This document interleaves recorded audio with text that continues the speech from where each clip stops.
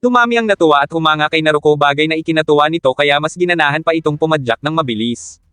Maging si Imaizumi ay tahimik na humanga kay Naruko dahil bilang sprinter ay nagagawa nitong tumakbo ng mabilis sa bundok at sinabi sa sarili na kakaiba iyon. Habang nagsisigawan ng mga tao ay hindi na ng mga ito alintana na nasasakop na nila ang daan at inilalawit pa talaga nila ang kanilang kamay para umapir kay Naruko. Nung una ay inakala ni Onoda na makakasagabal ang mga iyon sa pagtakbo ni Naruko pero nagawa pa rin naman nitong makipag-apir at sinabing ipagpatuloy lang ng mga iyon ang pag-cheer sa kanya. Pati ang kumukuha ng litrato ay hindi makapaniwala na nagagawa pang mag-pose at magpa-picture ni Naruko. Sa hiyawan ng mga tao kinukuha ni Naruko ang kanyang lakas dahil gustong-gusto nito na magpakitang gilas. Habang inaakyat ni Naruko ang pataas na daan na animoy patag lang para dito ay mas tumitindi ang hiyawan ng mga tao, ngunit napaisip si Imaizumi at sinabing sa puntong ito ay mababawasan na ang bilis ni Naruko sapagkat isa naman itong sprinter kaya hindi nito kayang makatagal sa pag-akyat ng mabilis.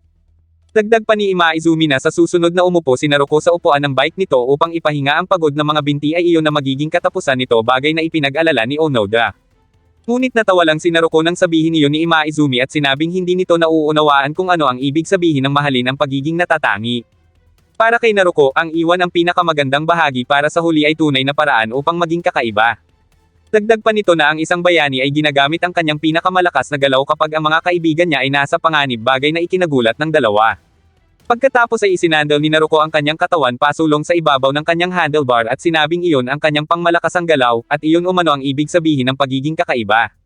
Naalala ni Naruko noong kinausap siya ni Tadakoro, na bilang sprinter ay pinayuhan siya nito na kailangan umano niya na matutunan ang pag-akyat, sapagkat sa Interhigh ay mahalagang yugto ang mga bundok kung saan madaling mahulog sa likod ang mga siklista.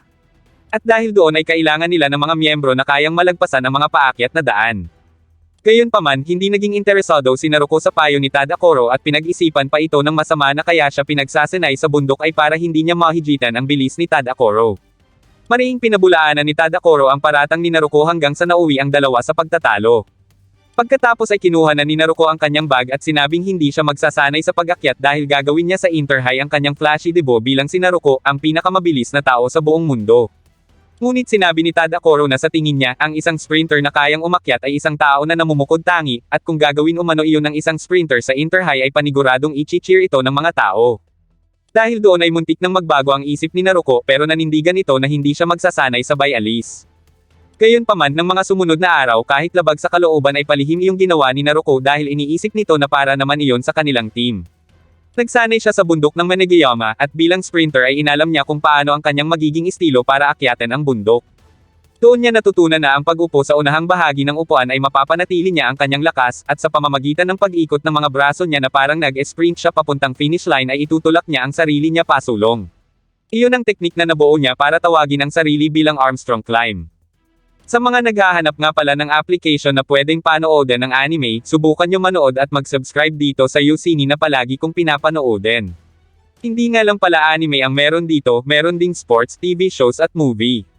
Kaya sa mga may gustong mag-subscribe dyan ay pindutin nyo na lang ang nasa pin comment dyan sa baba, salamat. Nagpapasalamat din si Naruko sa ibinigay na payo sa kanya ni Tadakoro, na no'y kasalukuyang nasa baba at naririnig ang hiyawan ng mga tao sa hangin. Sa ngayon ay layunin ni Naruko na makahabol sa Hakone Academy para makumplito ang tinatawag niyang Naruko Performance. Hindi nagtagal ay umarangkada na ito gamit ang Naruko Super Express nang biglang may tumalsik na dugo sa pisngi ni Onoda dahil nasugatan ni Naruko ang sarili nito kaya nag-alala sila para dito. Sinubukan nila itong pahintuan para pagpahingahin pero hindi nakinig si Naruko at sinabing matigas talaga ang kanyang ulo.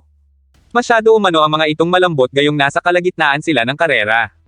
Ngunit sa kabila niyon ay nakakaramdam na si Naruko ng panlalabo ng paningin sapagkat hindi umano nakakakuha ng sapat na oxygen ang utak niya dahil pinipilit niya ng sobra. Gayunpaman, nagpatuloy pa rin siya hanggang sa maramdaman niya na may nabangga siya. Nahihilo at hindi na makakita si Naruko pero patuloy pa rin sa pagpadyak ang mga binti niya. Dahil sa pag-aalala ay sinabi ni Onoda na siya na ang magde-draft pero sinabi ni Naruko na wag itong masyadong mag-alala dahil hindi siya magde-drop out, lalo na at nagkasundo sila sa simula na silang tatlo ang magkakasabay na pupunta sa finish line bago pa man iyon magawa ng iba. Pero nagkunwari si Naruko at humingi ng pabor kay Onoda na ituro nito sa kanya ang daan, kung kakaliwa ba o kakanan dahil bilang sprinter ay mas sanay umano siyang pumadyak ng nakayuko at isinigurado pa niya na maaabutan nila ang Hakone Academy. Wala nang ibang nagawa si Onoda kundi sundin ang pakiusap ni Naruko kaya itinuro niya nga rito ang daan. Hindi nagtagal ay napasigaw si Onoda sa pagkagulat at sinabing nakikita niya na ang mga taga Hakone. Natulala naman si Imaizumi habang iniisip kung gaano kagaling si Naruko dahil sa kabila ng pagiging sprinter ay nagawa nitong alalayan sa bundok ang team at maabyutan ang Hakone Academy. Talagang hinangaan niya ang ginawa ni Naruko pero doon na nagtatapos ang karera para dito. Gustuhin man nito na makitang makaabot sila sa finish line pero ipinaubaya niya na lang iyon kina Onoda at Imaizumi. Hindi nagtagal ay tuluyan ng natamba si Naruko sa kanyang bisikleta, kaya naman para sa pinaghirapan yon ay determinadong nagpatuloy sina Imaizumi at Onoda kasama si Makishima, hanggang sa tuluyan na nilang maabyutan ang Hakone Academy. Habang magkapantay sila sa daan ay kinausap ni Fukutomi ang mga taga Sohoko at tinanong kung sino na ang ace ng mga ito ngayong wala si Kinju. Agad na sumagot si Imaizumi at sinabing siya ang ace, bagay na ikinagulat ni Onoda sapagkat sa pagkakaalam nito ay si Makishima ang ace dahil iyon ay isang third year. Napangiti lang si Makishima at sinabing naiintindihan ni Imaizumi na kung sakaling umabante at magtagisan silang dalawa ni Tudo ay sila lang din ang may kakayahang pigilan ang isa't isa. Pag nangyari yun ay kailangan ni Onoda ng isang tao na talagang kayang makipagkarera hanggang sa finish line. At dahil dala umano ng mga ace ang pressure, responsibilidad, at ang kapalaran ng team sa kanilang mga balikat, ayaw nilang magbigay ng kahit isang segundo o milimetro. Maya-maya pa ay biglang sinabi ni Imaizumi na hinahamon niya si Fukutomi pero wala pa man siyang sinasabi ay nabasa na agad nito sa kanyang mukha na ang ibig niyang sabihin ay hindi niya ito hahayaang mauna sa finish line. Dahil doon ay sinabi ni Fukutomi na patunayan iyon ni Imaizumi sa arangkada kaya para muling makahabol ay si Makishima na ang nag-draft sa kanila. Habang pumapadyak ay tumatakbo sa isip ni Imaizumi na alam niyang mabigat ang pasaning kanyang tinanggap at ang bigat niyon ay nagpapakaba sa kanya at nagpapasakit ng kanyang tiyan. Nang bigla silang maggitgit na ni Fukutomi, bagay na ikinagulat ni Onoda, at pagkatapos ay umabante si Fukutomi kay Tudo bilang tanda ng kanyang paghahaman kay Imaizumi na kasalukuyang na-corner sa pagitan ni Tudo at ng pader sa kaliwa nito. Gayunpaman pinilit pa ring umabante ni Imaizumi sa pamamagitan ng pagdaan sa kaliwa, kahit pa ang kapalit nyon ay ang pagtama ng kanyang siko sa pader. Dahil doon ay napahanga niya si Fukutomi, ngunit hindi umano dapat kalimutan ni Imaizumi na malakas ito. Gayunpaman hindi nagpasindak si Imaizumi at sinabing bilang ace ay hihigitan niya iyon. Napagtanto ni Fukutomi na ang ganong klaseng presyon ay hindi dapat ipagsawalang bahala kahit na inakala niya kanina na ang Sohoko ay nahihirapan na at halos parang sa sinulid na lang nakakapit. Maya-maya pa ay pumasok na sila sa huling akyatan, ang huling 15 kilometro bago ang finish line at ang huling labanan, ang Fuji Izumi Line.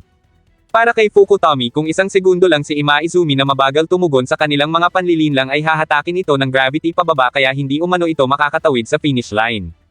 Ngunit, laking gulat nila nang biglang umarangkada si Imaizumi at sinabi pa na hindi tulad ni Fukutomi ay hindi umano ito gagamit ng anumang mga pagkukunwari, at aarangkada ito mag-isa at tatawid sa finish line. Agad na umabante si Tudo para pigilan sana si Imaizumi pero siya ang pinigilan at hinaronggen ni Makishima. Dahil doon ay si Fukutomi ang umarangkada habang tinatanong ang sarili kung talaga bang ipapakita ni Imaizumi ang pangil nito sa karerang iyon at aatakihin ang Hakone Academy. Nang makahabol si Fukutomi sa likod ni Imaizumi ay bigla nitong sinabi sa kanya na alam na nito ngayon na mas malakas umano ito kaysa sa sinuman sa arangkada. Patuloy namang humabol si Fukutomi hanggang sa makalayo na sila sa kanilang mga kasamahan, at doon ay tinanong siya ni Imaizumi kung handa na siya dahil aarangkada na umano uli ito, kaya napaisip si Fukutomi kung tinutukso ba siya nitong pigilan gamit ang lakas. Samantala, patuloy na hinaronggen ni Makishima si Tudo habang pinag-uusapan nila ang tungkol sa hindi inaasahang ginawa ni Imaizumi. Sinabi pa ni Makishima na ang mga kabataan ay laging sumusubok at nabibigo. Sinisira umano ng mga iyon ang kanilang sarili kapag hindi ayon sa plano ang mga bagay pero paminsan-minsan ay nakakagawa rin ng isang matinding aksyon na walang sinumang mag-aakala.